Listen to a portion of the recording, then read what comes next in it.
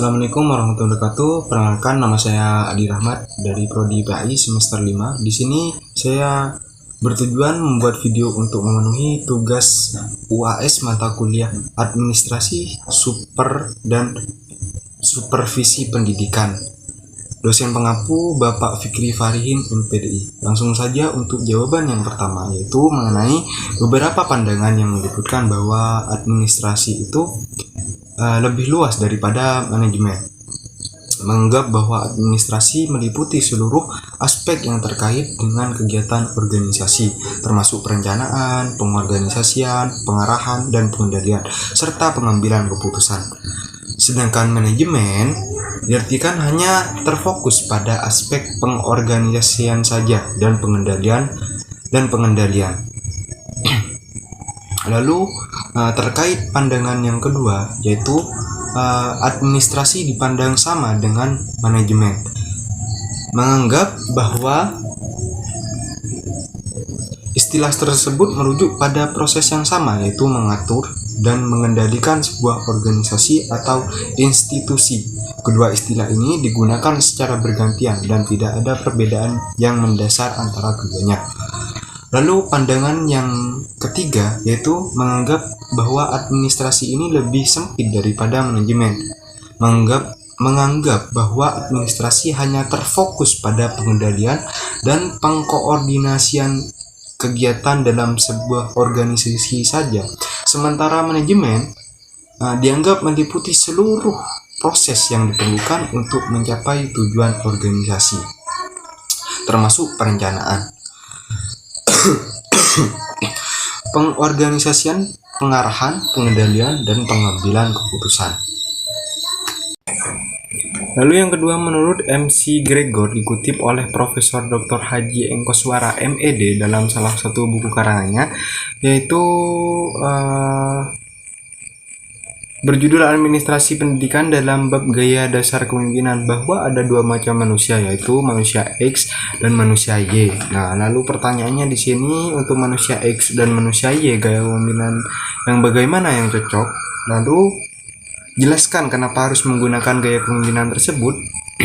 Dalam teori MC Gregor, manusia X diasumsikan sebagai individu yang malas, tidak mau bekerja, tidak mau bertanggung jawab, dan membutuhkan pengawasan yang ketat. Sedangkan manusia Y diasumsikan sebagai individu yang suka bekerja, bertanggung jawab, dan memiliki motivasi yang tinggi. Gaya kepemimpinan yang cocok untuk manusia X adalah gaya kepemimpinan autoriter. Gaya ini menekankan pada pengambilan keputusan yang ditentukan oleh pemimpin, serta pengawasan yang ketat untuk memastikan tugas dikerjakan dengan baik. Hal ini diperlukan karena manusia X diasumsikan oleh teori MC Gregor sebagai individu yang malas dan tidak mau bertanggung jawab. Sedangkan untuk manusia X, gaya kepemimpinan partisipatif. Gaya kepemimpinan yang cocok untuk manusia Y adalah gaya kepemimpinan partisipatif. Gaya ini menekankan pada partisipasi aktif dari anggota dalam pengambilan keputusan dan perencanaan. Hal ini diperlukan karena manusia Y diasumsikan sebagai individu yang suka bekerja, bertanggung jawab, dan memiliki motivasi yang tinggi, sehingga diharapkan kedepannya dapat memberikan masukan yang bermanfaat dalam proses pengambilan keputusan dan perencanaan.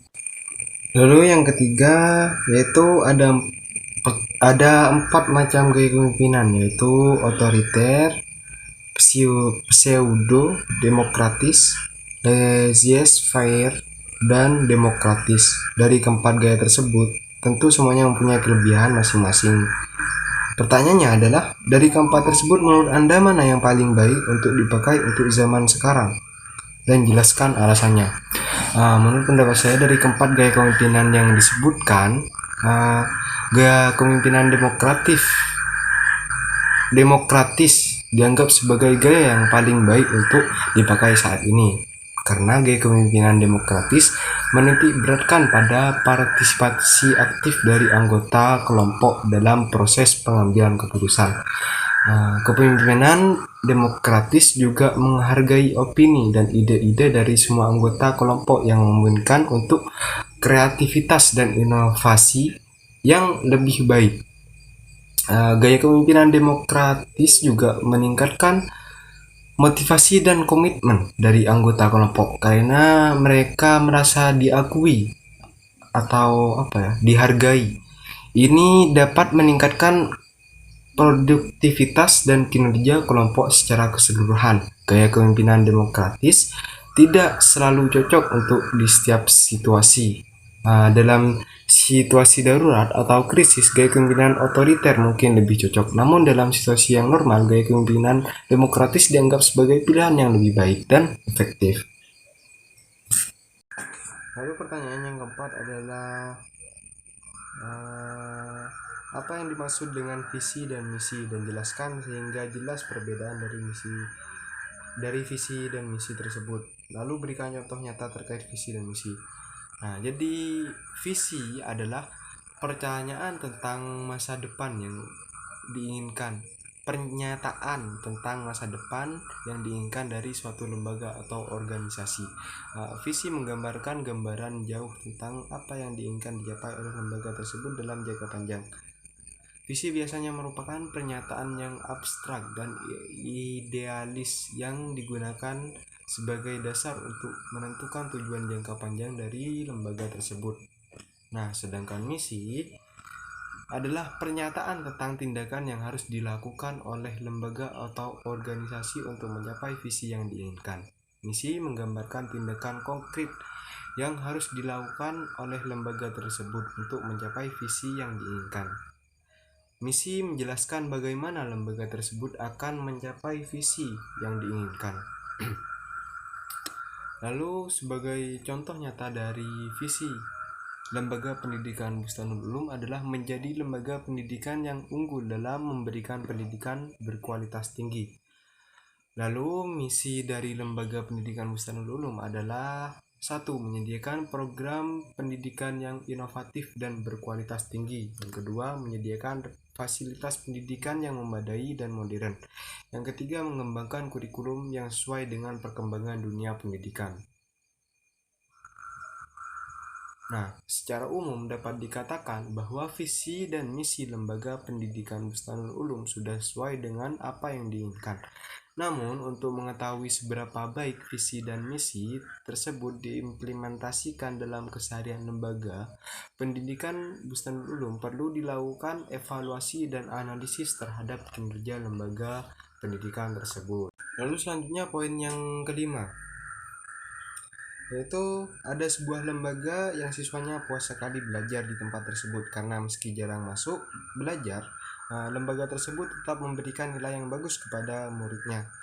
Nah, kalau kita merujuk pada definisi sekolah yang bermutu, maka kita akan dapati bahwa salah satu poin lembaga itu bisa dikatakan bermutu jika pelanggan puas. Menurut Anda, apakah sekolah yang disebutkan tersebut sudah bisa dikatakan bermutu menurut Anda, serta berikan alasannya? Nah, menurut pendapat saya, secara umum sekolah yang disebutkan dalam pertanyaan yang barusan mungkin dapat dikatakan bermutu jika dilihat dari tingkat kepuasan siswa. Namun untuk menentukan seberapa baik atau seberapa bermutu sebuah sekolahan, harus diperhatikan beberapa faktor lain yang mempengaruhi kualitas sekolah. Yang pertama, harus diperhatikan faktor-faktor yang mempengaruhi keberhasilan belajar siswa seperti kurikulum, metode pengajaran, fasilitas, kualitas guru, dan sumber belajar. Sistem pembelajaran yang baik dan metode pengajaran yang inovatif dapat membantu siswa untuk mencapai hasil belajar yang baik. Fasilitas yang memadai dan guru yang kompeten juga sangat penting dalam menciptakan lingkungan yang kondusif untuk belajar. Lalu poin yang kedua, harus memperhatikan faktor-faktor yang mempengaruhi perkembangan sosial emosional siswa seperti lingkungan sekolah, budaya sekolah, dan program-program ekstrakurikuler. Lingkungan sekolah yang kondusif dan budaya sekolah yang baik dapat membantu siswa untuk tumbuh dan berkembang secara optimal. Lalu faktor yang ketiga yaitu memperhatikan faktor-faktor yang mempengaruhi pencapaian akademik siswa seperti tingkat kelulusan, tingkat keberhasilan dalam ujian nasional atau internasional, dan tingkat keberhasilan dalam program-program pendidikan lanjutan.